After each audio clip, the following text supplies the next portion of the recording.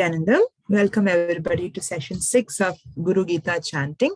It's a pleasure to have you all back. Let's get right into it. We'll all sit up straight with our head, neck and spine aligned. We'll start with Guru Vandanam followed by Mahavakya 3 times. Connecting with Swamiji in our third eye. Let's chant the Guru Vandanam. Om Nityanandam Paramasukhadam Kevalam Jnanamurtim Dvandvatitam Gagana Sadrisham Tattvamasyaadilaksham Ekam Nityam Vimalamachalam Sarvadhi Sakshi Bhutam Bhavatitam Trigunarahitam Sadgurum Tam Namami. Om Nityananda Paramashivoham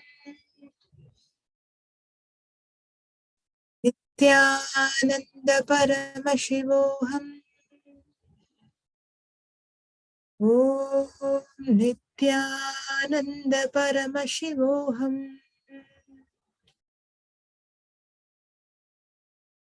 Nityananda, once again welcome to Guru Gita chanting session. We went till verse number 51 yesterday. I'll quickly recap with verse 50 and 51 before moving on to the other verses for the day. Asanam shayanam vastram vahanam bhushanadikam sadhakena pradatavyam guru santosha karanam. And number 52, Karmana manasa vacha sarvada radhayed gurum dirgadandam namaskritya nirlajjo guru sannidhav.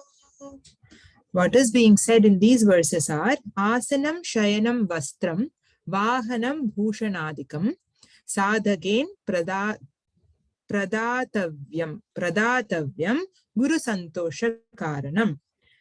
The authentic seeker of truth would present the guru asanam, which is seat, shayanam is bedding, clothing, which is vastram, vahanam is vehicles, ornaments is bhushana, right? So all these little comforts that the guru would be okay to take from his disciples, he should without doubt be presenting these to his guru to make his life as easy as possible, or to make his physical life as easy as possible, because guru is more intent on spending his time in the meditations and sadhanas and samadhi, right? So the physical aspect of his life is something that the disciples can look at and contribute to. That is what is being said in number 50. So, Karmana manasa vacha sarvadaradhayed gurum dirgadandam namaskritya nirlajjo guru sannidhav. So, what we said with this was, please hold on, yeah. So, what we said with this was Karmana manasa vacha sarvadaradhayed gurum. So, with your action, manasa is your mind or thoughts, vacha is your words. With all these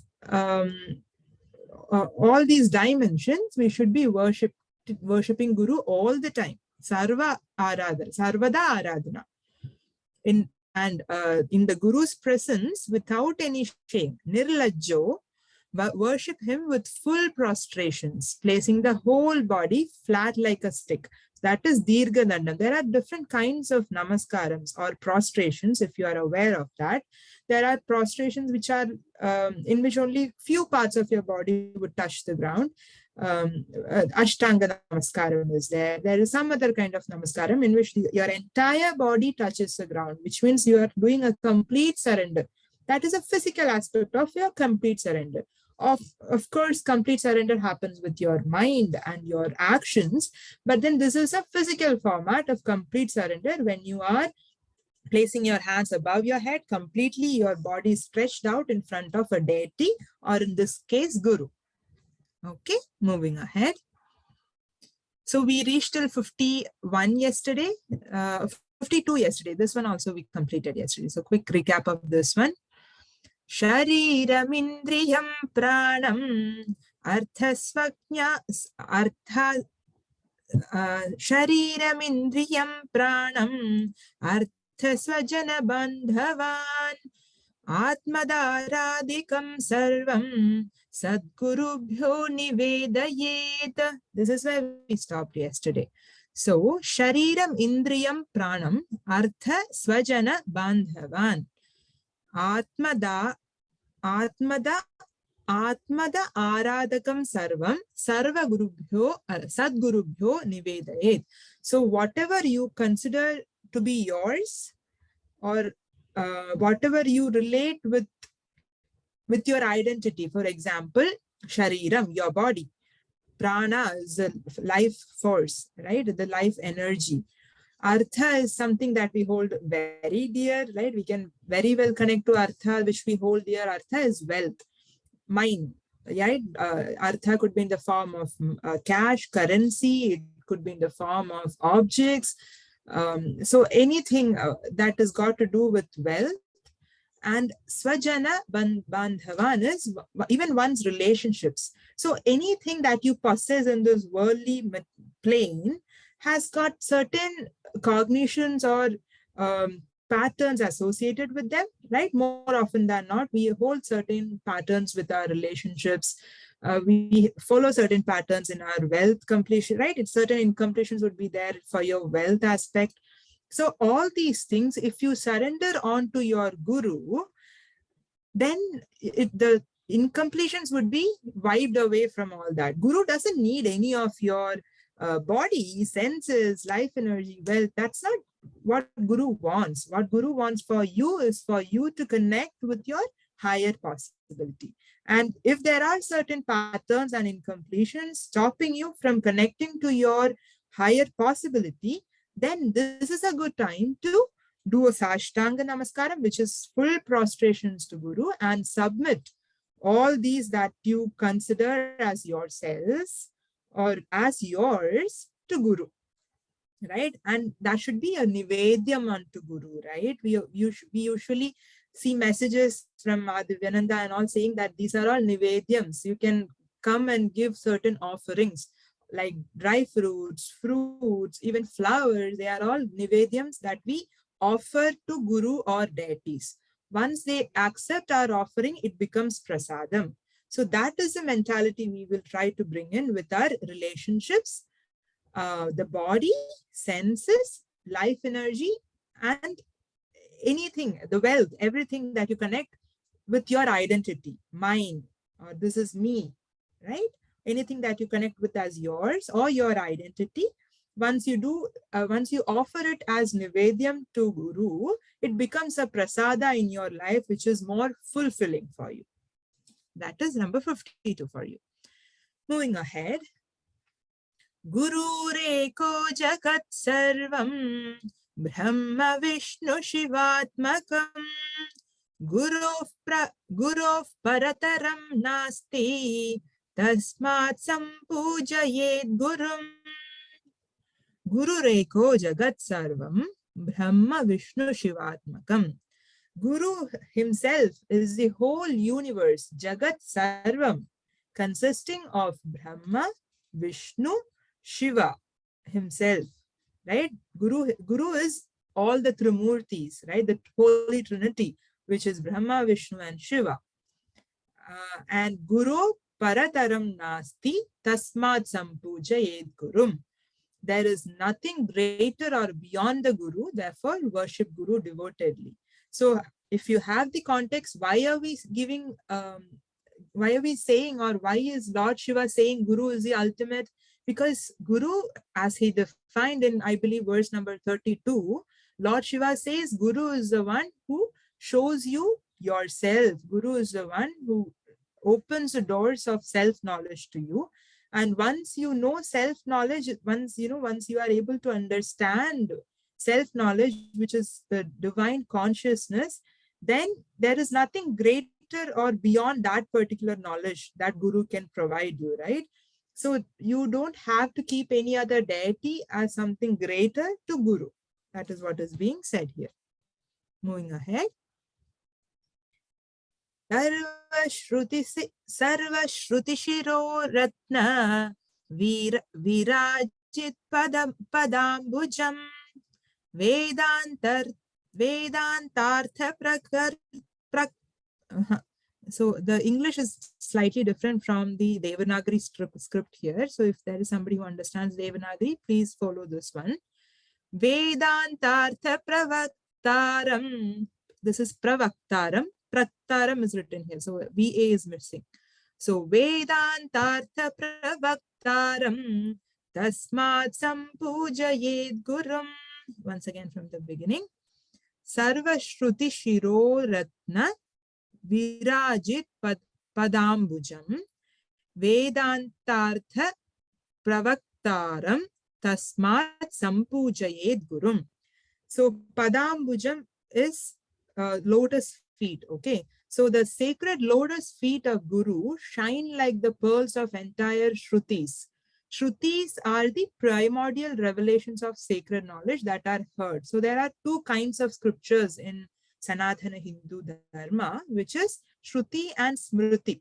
Shruti are the ones which are which do not necessarily have an author himself. Okay, these are a collection of sacred texts which are primordial revelations of sages, divine maharshis and sages, which are just heard. So you will not see a particular author associated with Shrutis. Smritis are the ones which are remembered, and then they are more like epics like Mahabharata or Ramayana. So what is being said here is the lotus feet of Guru shine like the pearls of entire Shrutis, and Guru is the revealer of true meaning of Vedanta. So if you are aware of it, we have Vedas, right? There are different kinds of Vedas, and Vedanta is Vedanta. It means the summary or the gist of Veda. That is what Vedanta means. And Guru is the revealer of true meaning of Vedanta. So there are many Vedantis, people who mostly learn the Vedanta as a subject, because Vedanta as a subject has got very less to do with stories as such. It's mostly an abstract idea of Parabrahman or divine consciousness that is being discussed in detail in Vedanta. Okay, so Guru is the revealer of true meaning of Vedanta. It is often said that most of the Hindu texts are not something that you can read and understand. You need to be in Guru Shishya Parampara. You need to be a part of the Guru Shishya Parampara to understand really, because it is not just words that convey meanings. There are many other energy transitions and energy initiations that a Guru is able to give, right? So it's not just a text. Vedanta is not just a text in that sense. And you need a Guru. You need Guru as a revealer of true meaning of Vedanta. Therefore, worship the Guru. That is what 54 says. Moving ahead to 55. Yasya smarana matrena jnanamutpadyate swayam jnanamutpadyate swayam sa evam sarva sampatti sa eva sarva sampattihi tasmat sampujayed gurum. Once more.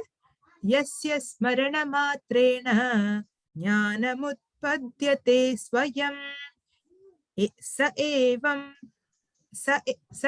sarva sampatti tasmat sampujayed gurum. So yasya smarana matrena. Smarana matrena means mere remembrance. Smarana is remembrance. Matrena is just mere remembrance. Jnanamutpadyate swayam. By the mere remembrance of whom the knowledge of self dawns in one by itself. See, you should understand, you should really enjoy this particular sentence or the verse, because the knowledge of the self is not something that somebody from outside can put into you. It has to dawn in you yourself. And Guru is the one who can make that that light bulb go, for you, right? So by the mere remembrance of whom? Guru, you just have to remember your Guru. You just have to connect with your Guru in order for the knowledge of self to dawn upon you, right? Sa evam sarva sampattihi tasmat sampujayet gurum. He, that Guru only, is one's entire wealth. Sa evam sarva sampattihi. So your entire wealth is Guru. So if there is somebody who can reveal to you your true nature, what more of a wealth can you expect from life, right? So Guru is the one who can reveal to you your true possibilities, your true nature, which is supreme bliss, which is Nityananda. And once you know that, then you will not necessarily go after certain pursuits like wealth or profession. You will do that as something that, time pass. You will not be so much connected, or so much, you will not seek identities from that. That's a better way of putting it, right? For example, we were telling yesterday, you will not, if somebody asks you who you are, you would say, I am a doctor, I am an artist, I am an engineer, right? So you derive a lot of your identity from your profession. You would say, I'm a mother, I'm a father, I am a daughter of somebody, or I'm son of somebody, right? So you would, that's a lot of identity that you derive from a role that you play in life, right? Your relationships. So you wouldn't necessarily construct your entire life with focal point as your profession or your relationships or your self-worth, whichever you target to, right? Once you understand your true nature, then that becomes your focal point, and everything that is, because that is eternal, okay? That is eternal. Your true nature is eternal. That is Nitya. And that becomes the focal point. Then everything else can keep changing, keep moving, keep evolving, transforming. You would enjoy the game, right? So once you have your Guru, by mere remembrance of whom the knowledge of self dawns in by itself, right? Then that is your biggest wealth. There is no wealth greater than that, right? Moving ahead. Krimikoti bhiravistam durgandhakula dushitam anityam dukkha nilayam deham vidhi varanane. Okay. Krimikoti bhiravishtam durgandha kula dushitam anityam dukkha nilayam deham vidhi varanane. Oh, beautiful face Parvati, clearly know this body as ephemeral, as the abode of pains and incompletions, full of worms, blood, fecal matter, urine, and other foul-smelling things. So that is how, that is so clearly Lord Shiva is saying, right? If you are identifying so much with your body, please understand that it is ephemeral, right? It is not nitya, anityam. See, anityam, that is what is written here, anityam. Dukkha nilayam, it is full of pain and incompletions, right? It has got koti, krimi koti, which means crores of so many worms, right? It's filled with foul smelling stuff. Strictly speaking, that is what it is if you look at it objectively, right? And you call it you, your body. So you should understand the context from which Lord Shiva is saying this to Devi Parvati, right? The context is that for you need to take a human body in order to understand these great truths. There is no denying that fact. Lord Shiva is not denying that fact. You have to take a human body in order to understand that you are immortal. Your true nature is anityam. In order to understand that particular fact, you need to, I said it, I misspoke, okay? In order to understand that your true nature is nityam, you need to be in a body which is anityam. There is no point. I mean, that's not a problem if you are in an anityam body, but you should not miss the chance to understand the nityatva of your true self. That is what is being said here. That is the context from which Lord Shiva is saying that if you are identifying with your body is like this. What is it? It's ephemeral. It's the abode of pains and incompletions, full of worms, blood, fecal matter, urine, and other foul-smelling things. Moving ahead. Samsara vrikshamarudha patanti narakarnave yastanudharate sarvan tasmai shri gurave namaha. So those who have climbed the worldly tree of samsara, symbolized by the illusory world of pleasures, fall into the ocean of hell.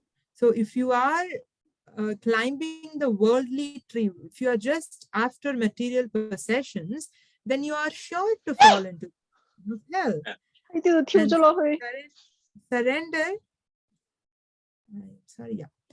Surrender to that Sri Guru who raises all of those fallen ones to the higher spaces of completions. So what is being said here is, even though you were in material pursuits, it doesn't take you much time to move on to a spiritual pursuit. That is what Swamiji also says, right? It just takes a light to remove millions of years of andhakara or millions of years of darkness. So you just have to surrender to that Sri Guru who raises all of those fallen ones. Who are the fallen ones? Those who are in material pursuits, those who thought that material pursuits would fulfill them. Nothing wrong with material pursuits. Just don't be in a delusion that that is going to make you happy or that is going to keep you fulfilled.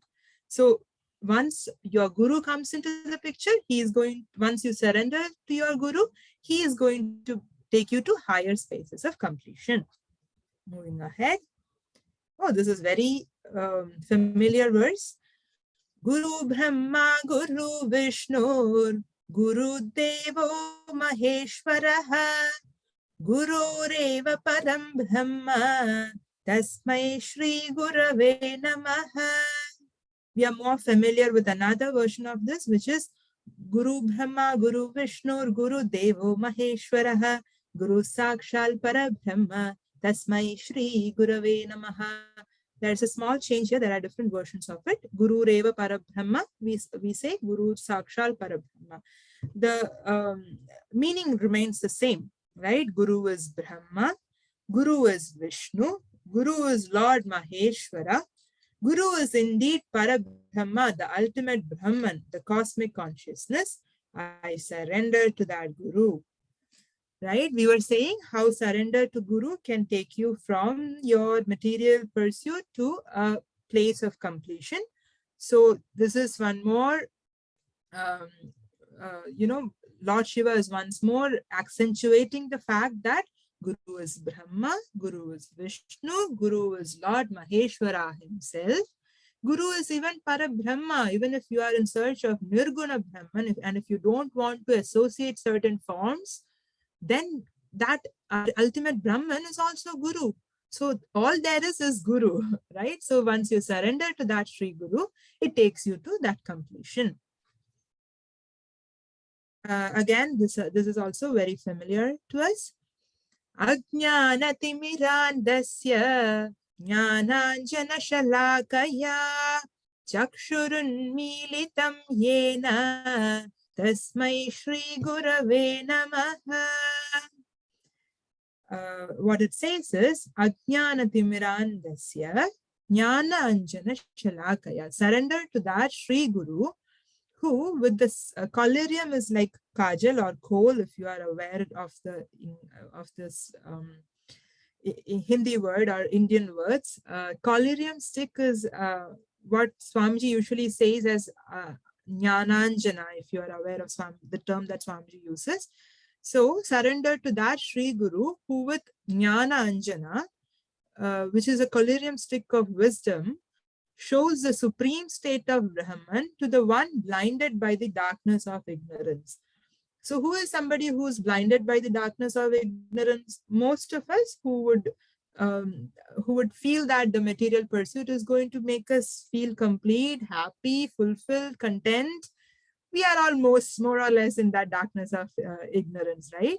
So once you surrender to that Sri Guru, with his Jnananjana, he can show you the supreme state of Brahman, something that is Nitya, that is eternal, right? And that is blissful, Ananda. Ajnanatimirandasya Jnananjana Shalakaya Chakshurun Militam Yena Tasmai Shri Gurave Namaha.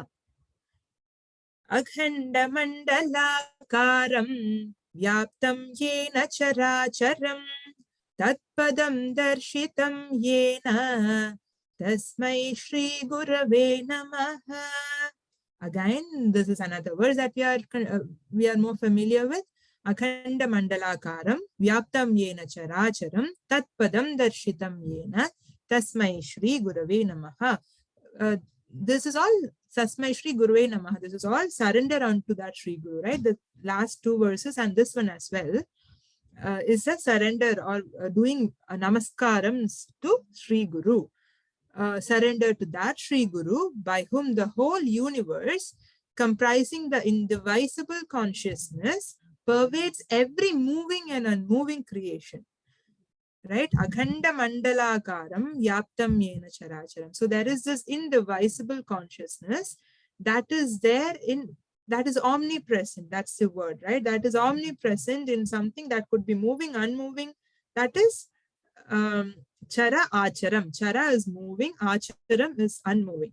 So whatever you look at, it could be moving, unmoving.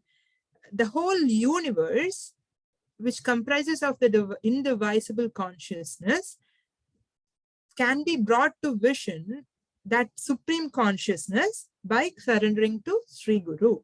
Akhanda Mandalakaram Vyaptam Yena Characharam Tatpadam Darshitam Yena Tasmai Shri Gurave Namaha. By surrendering on to that Sri Guru, that supreme consciousness can be seen, or you can understand, comprehend that supreme consciousness in everything that you see around you. We will close with we will probably close with this one because we are just on time too. So we'll just chant this verse once more, internalize it, and then we will close the session for the day with the Purna mantra. So once more I'll chant this. Akhanda Mandalakaram Vyaptam Yena Characharam Tatpatam Darshitam Yena Tasmai Shri Gurave Namaha.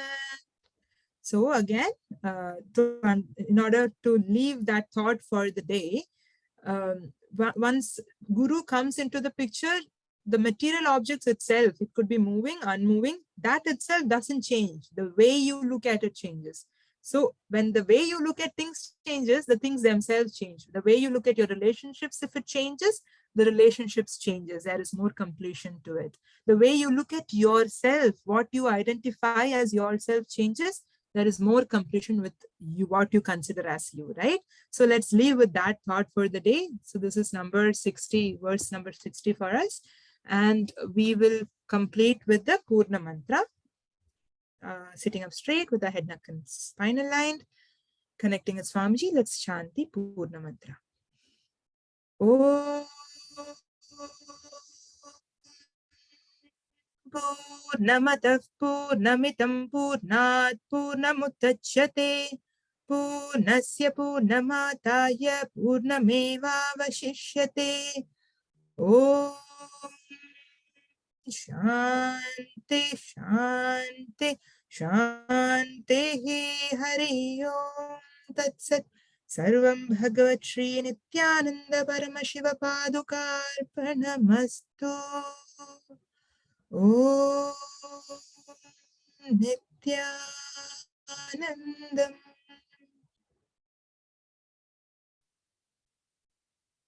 Thank you for joining in.